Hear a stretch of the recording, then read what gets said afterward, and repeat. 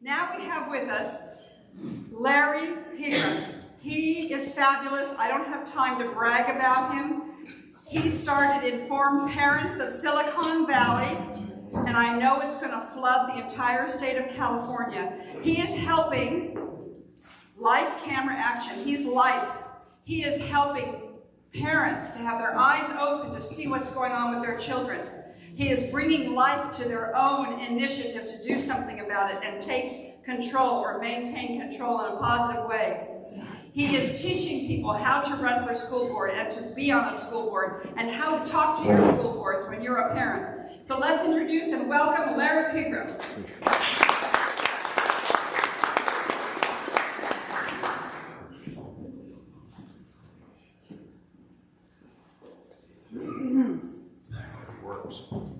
Gosh, I love it when technology does what it's supposed to. Oh, man. Well, listen, I got to tell you, thank you so much for having me here today.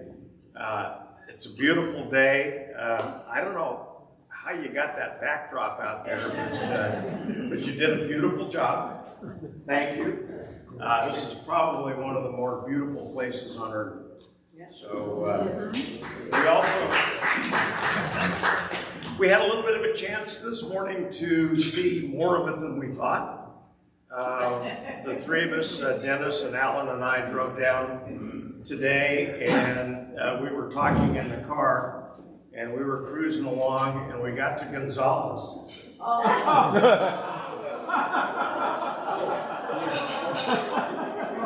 And we were only 20 minutes late. So. It's a beautiful country. We all decided we didn't want to be farmers. But anyway, Informed Parents of California is kind of an exciting project. It's one that I feel that I was led to begin in about 2.5 years ago. We're a nonprofit. We're parents, grandparents, teachers, and neighborhood leaders. We stand solidly for parents' rights and parental control, and we champion STEM teaching and improve test scores. That's who we are. That's what we do. Join us. Now, I got to tell you something that you probably didn't know, and that's that California's education system is broken. In California, the English language arts test scores in 2018, 49.8% of the students in California met or exceeded the performance standards. That means that more than half didn't. And English language arts is reading, writing, spelling, all that jazz. We never wanted to learn anyway. 2023, the numbers went down, 46.6. Now, they told us, remember, COVID's here, we're out of school, we're going to go back into school. This is a year after the students went back, because test scores were going to go up, right? So then you say, well, how are we doing in math? 2018, 38.6.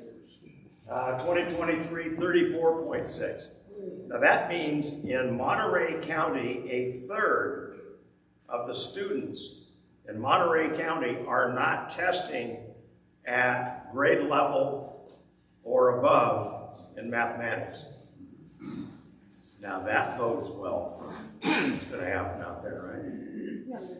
So they say, well, remember, the thing that we need to know is that the big problem with education today is we don't have enough money. So in 2018 in California, the spending per student was just over $12,000. In 2023, it was $15,000. So let's see, test scores are going down, money spent going up. That's a recipe for success. Monterey County, where are we today? Well, English language arts, 38.3, went down to 35.1. Math, 25.8. In 2018, only a quarter of the students in this county were testing in math at grade level. A quarter. Oh, but it gets better. Now it's a fifth. Wow. Folks, we got some problems here. Spending per student, $11,000 in 2018.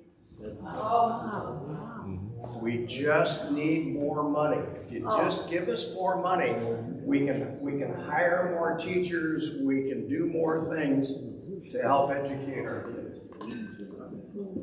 So how do we get here? Well, it's kind of a long story, and I'm gonna take 5 minutes of your time and tell you about it. There's a guy by the name of John Dewey. Everybody heard of John Dewey? John Dewey School. Dewey Decimal System. Dewey Decimal System. Well, he's the father of progressive schooling. He championed the Prussian model of education. And this is back before the turn of the 20th century. Now, the Prussian model is designed to create a nation of workers, not a nation of classical thinkers. So we send people to school, they learn the skills that they need to work in the factory, and they don't necessarily learn things like Greek, Latin, literature. They don't know who Shakespeare is. So we have some problems. The American education, it's been under attack for generations. There was the Marxist Frankfurt schools founded in 1923 in Frankfurt. It was the incubator for change in American education. They focused on radical change. Now, Hitler and fascism made Germany kind of an inhospitable place for progressive education. So they moved to the U.S. to Columbia University in 1935, and that's where they are housed today. Some of the early disciples, Max Horkheimer, Herbert Marcuse, Theodore Adorno, Antonio Gramsci, Howard Zinn, and one of my favorites, Saul Alinsky. These are the people that set the tone for American education based on the Prussian model.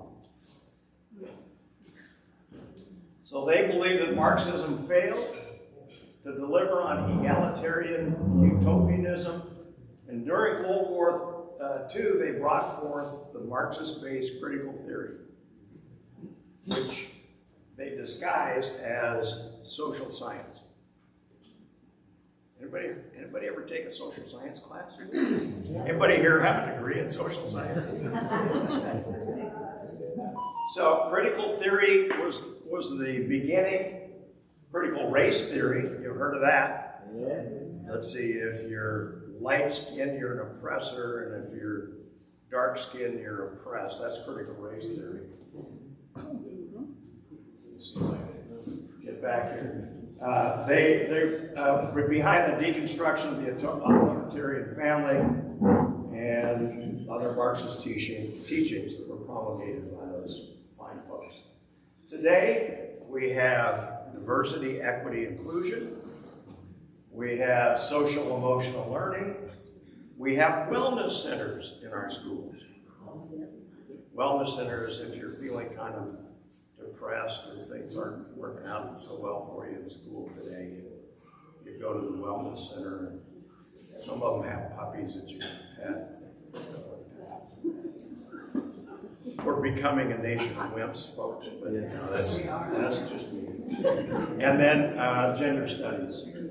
Can I bring my ducks over? They can pet them. Oh, certainly. Okay. Yeah. In fact, you could rent them to the school district because they've got all that money.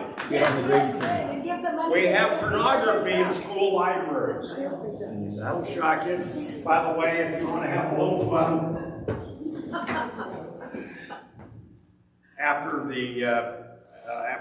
the presentation, you can take a look at All boys aren't blue. Lawn boy. Go to page 91 in this one. That'll curl your hair. And gender queer. Those are 3. Our website, we have over 100 titles that you may wish to look at.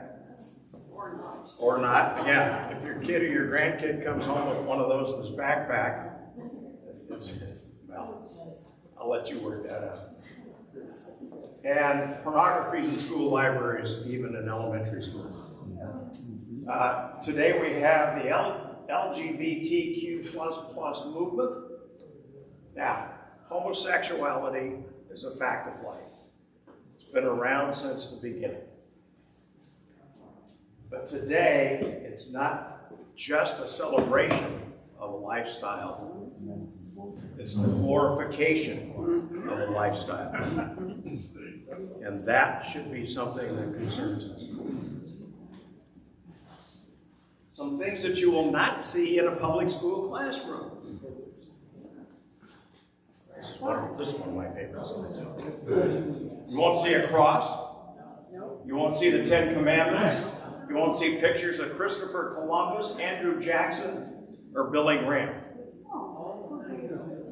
But do not be surprised if you see an Antifa flag, a Pride flag, a BLM flag, a Palestinian flag, or an Al Raza flag. But do be surprised if you see an American flag.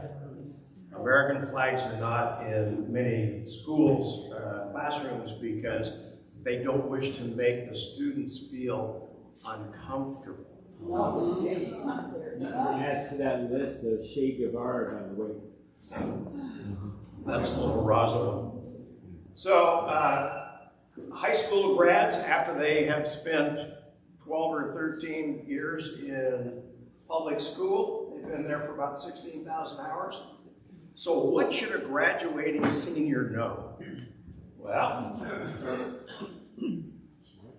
should know the basics, you know, like how to read. The test scores don't show that too well.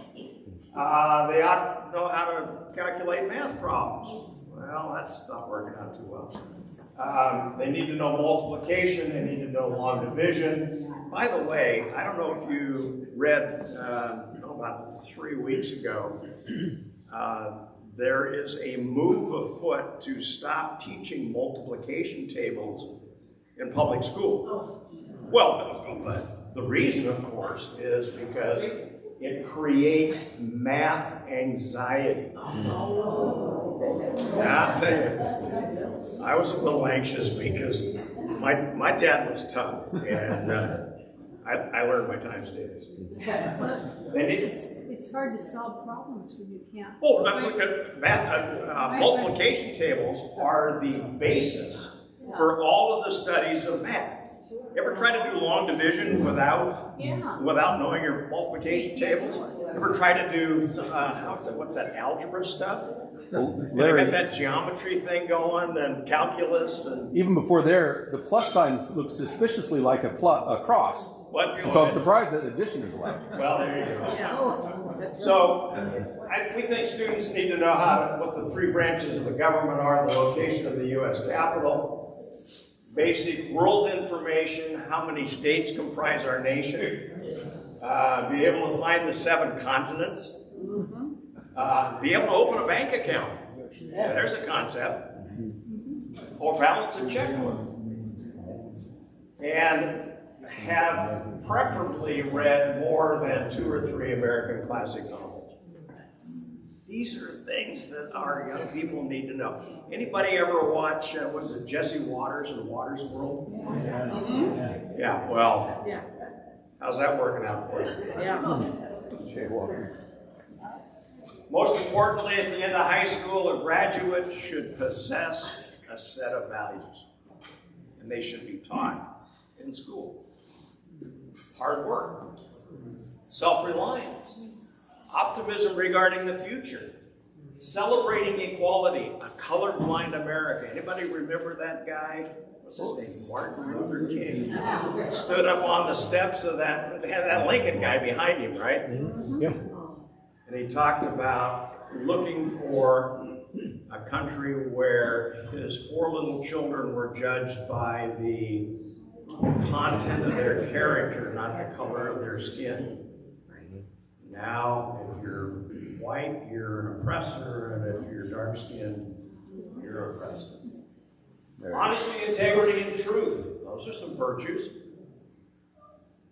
And just, you know, seriously, how about some proficiency in academic pursuits?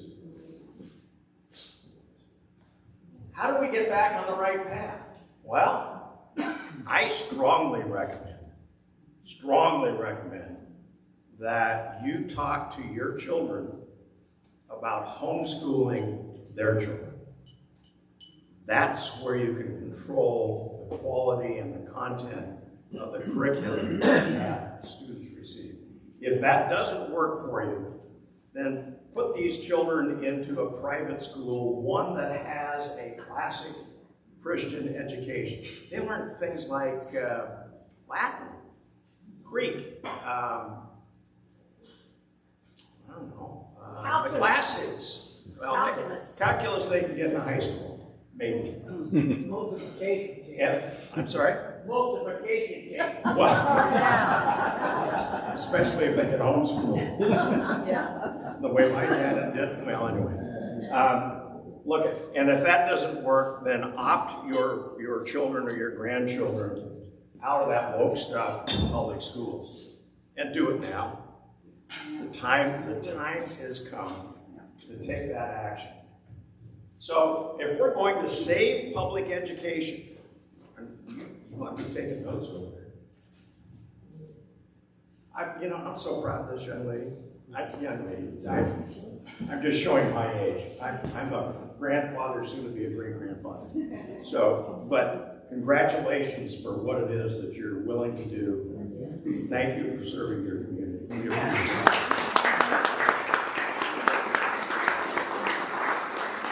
If we're going to save public education, we need to adopt an American values-based curriculum. We need to have our students learn multiplication tables. They need to be taught cursive writing. There needs to be an adoption of a clear set of STEM objectives. And we need to elect school board members that will fight for students and parents, not for the education cabal. So how do we make this change? Well, it's going to require a shift in direction. It's going to require a change in leadership. Right here.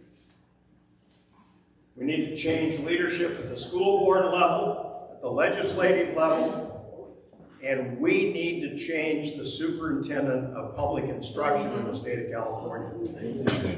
That office is not on the ballot in 2024, but it is in 2026. And we need to make a change there if we're going to recapture education in California. So we need to elect people who take a stand for our children, parents, and for the future of our country. Dennis talked about Einstein and doing the same thing over and over again, getting a different result. How many of you, never mind. I was, you don't want me to do it. I'm not going there, I'm not. So we need to recruit patriots that'll step up and serve. We need, school board's a key position. And why is that? Why is it such an important position? A majority of the members of the school board hire the superintendent of schools. It's like the CEO of the school district, right? Okay, the superintendent controls the curricula, proposes the budget, and hires the personnel and implements the policies and directions that are set by the board. But the board votes on the curricula. The board votes on the proposed budget, and on some senior level positions, they vote on who the personnel are. So how can we, as an organization, we as a people, we as a community, how can we make a difference? And that's by establishing parents' organizations. one of the first things I'd do if I were you is I would find 5 people and create is it Salinas Valley High School District? Salinas High School. Salinas High School District. Form a parents organization, get 5 people together, and begin to organize that district, because you need to create a counter to the teachers.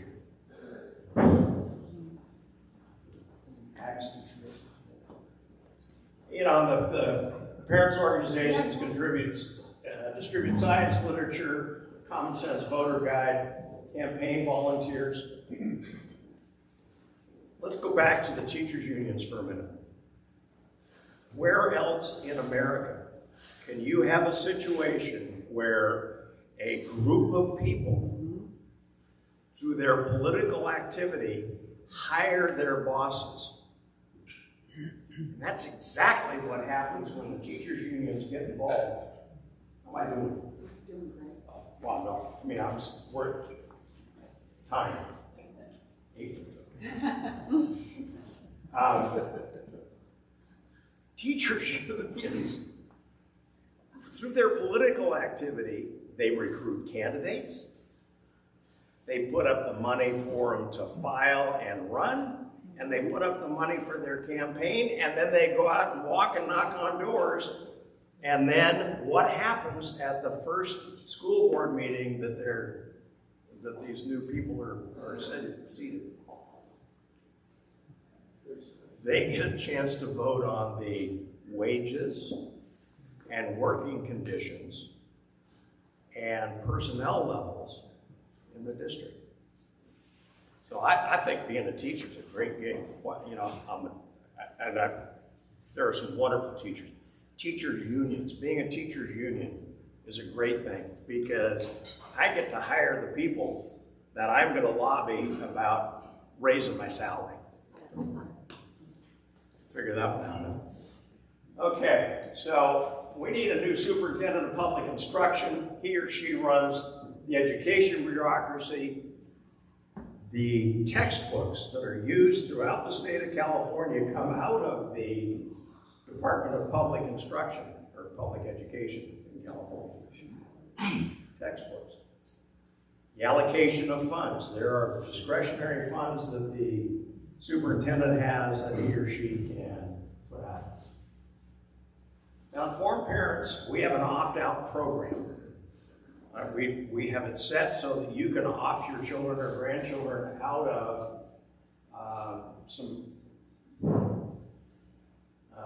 get an opportunity to retain your parental rights, retain parental control over the education raising your child.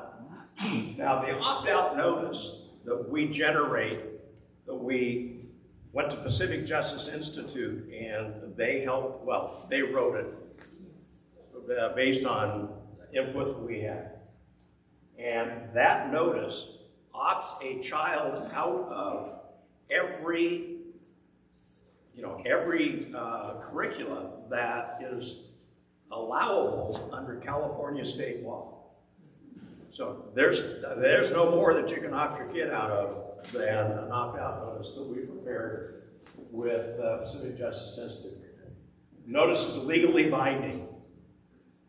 If for some reason the school district does not follow the directions in that notice, get a hold of us. We'll get a hold of Pacific Justice Institute. And on a pro bono basis, Pacific Justice Institute will represent the parent to the school district. Pro bono. So this thing has teeth. School districts will push back. We have an opt-out hotline in our office. If a school district pushes back on you, give us a call. We'll tell you how to deal with that. What does it do? Protects your kid from inappropriate teaching, protects your deeply held beliefs, and parents make the choice about what their children are being taught, not the school. Why are we doing this? Oh, I don't know. We woke up, didn't have anything else to do, so. We're doing this because we need to help you. We wish to help you protect your children from comprehensive sexuality education that's not just, you know, the health and safety and reproductive cycle and, you know, the good stuff. Sexuality education teaches sex on the basis of pleasure, not on the basis of science. Protect your kids from gender counseling, inappropriate tests, questionnaires such as surveys regarding your family's beliefs and practices, family life, morality, and religion. This is a fun one. Okay. This is a survey that was passed out to third graders in the Franklin McKinley School District in San Jose. Ask the questions. What's your gender? Are you a boy? Now this is third grade, folks. Third grade. 3. I'll be in third grade. 8? Okay. So, are you a boy, a girl, gender queer, transgender boy, transgender girl, questioning or unsure of your gender identity, another gender identity not listed, or you prefer not to say? So, what is your current age? Well, they'll allow you to be somewhere between 6 and 10. And then they want to know what your ethnicity is. And then they want to know whether or not you get a school lunch. Why do you think they want to know whether you get a school lunch? Money. They want to know what the income level is of the family of the student that's taking this quiz. Folks, this is nuts stuff. Okay.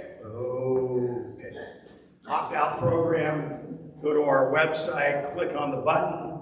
That will take you to the site. You fill this out, you DocuSign online, click submit, goes to the superintendent of schools, to the kid's principal. This is what the notice looks like. It's on our website. So now, folks, we have 2 choices. 1, we can do nothing, or we can roll up our sleeves, we can get to work. Now, I've made a choice. My choice is to stay in the fight. I owe it to my 6 grandchildren. And as Ronald Reagan said, freedom is never more than 1 generation away from extinction. We don't pass it on to our children in the bloodstream. That must be fought for, protected, and handed on to them for them to do the same. So, what are you going to do? Are you going to do nothing? Are you going to join us? We ask you to join us. You're going to roll up your sleeves, and you're going to commit the next year to retaking our schools and helping this young lady right over here stand for you against the education cabal that's trying to ruin Salinas High School District. So, I always have to ask this at the end. We're a nonprofit. Will you help us keep the lights on? You can donate by credit card or debit card. You can make checks payable to informed parents. I don't take a salary from the organization, but Alan gets ticked off when I don't pay him, so we need some help. Anyway, thank you. I'm here for whatever Constance has in mind. That's a new book. I didn't say that. I didn't say that. Wasn't me. Thank you. Well, here we have Larry. Thank you. Yes. In Lights, Camera, Action, which we played and said life, camera, action, he's the life of our children. That's why everything's pink and blue. Is it a boy? Is it a girl? Those are your only 2 choices. Right? Sir. I do have a question. You alluded to the opt-out notice puts the district on notice. How does that work? It works, and it's cool. I have two gentlemen working for me. I have Alan and I have another one that does the IT stuff for me. A gentleman by the name of Yorick Vanderbilt. Watch for that name. He created the opt-out system. So we went to the Civic Justice Institute, said, give us a legally binding opt-out notice. Yorick is the individual that worked it out so that it is on our website, green tab, opt-out, and created the system that allows a parent to enter their contact information, the name of their child, the grade, and the school that their child goes to. Online, create the opt-out notice, DocuSign it, click submit, and it goes to the principal and to the superintendent. That is a legally binding notice. There is, in legal terms, it's called proper delivery. It has enjoyed proper delivery. It is binding. And if the school, for any reason, does not follow the dictates of the opt-out notice, let us know. We'll let Pacific Justice Institute know. And you don't want to tick off Brad Dacus. Anybody here know who Brad Dacus is? We love Brad Yeah, Davis. well, you want to anger him? No? Okay. Yes, ma'am. When I met Larry about 3 years ago and he had this idea of opening up this organization, it was an incredible epiphany of what could happen with moving parents. And he was doing it in Silicon Valley. And I said, Larry, you needed to be all over California. All over California. And that's the goal, because children live all over California. And he's given you the easy wheel to do it, but you can always do it the hard way too.